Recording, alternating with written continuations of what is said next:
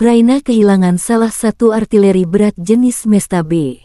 Di Telegram tanggal 23 April beredar rekaman drone Lancet Rusia menetralkan Mesta B setelah terekam kamera pengintai sedang melancarkan serangan ke arah Donetsk yang direbut Rusia.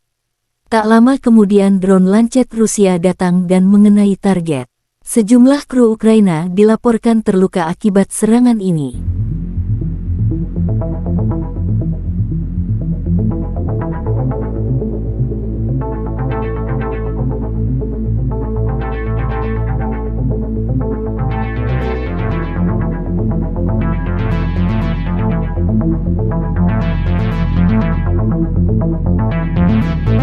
Kemenhan Rusia melansir Ukraina sudah kehilangan total 411 jet tempur, 228 helikopter, serta 8.787 tank dan kendaraan lapis baja.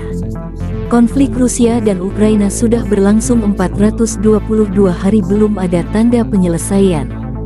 Sementara militer Ukraina mengklaim Rusia sudah kehilangan 185.740 prajurit sejak awal konflik, termasuk kehilangan 3.672 tank, 7.130 kendaraan pengangkut personel serta 2.398 drone.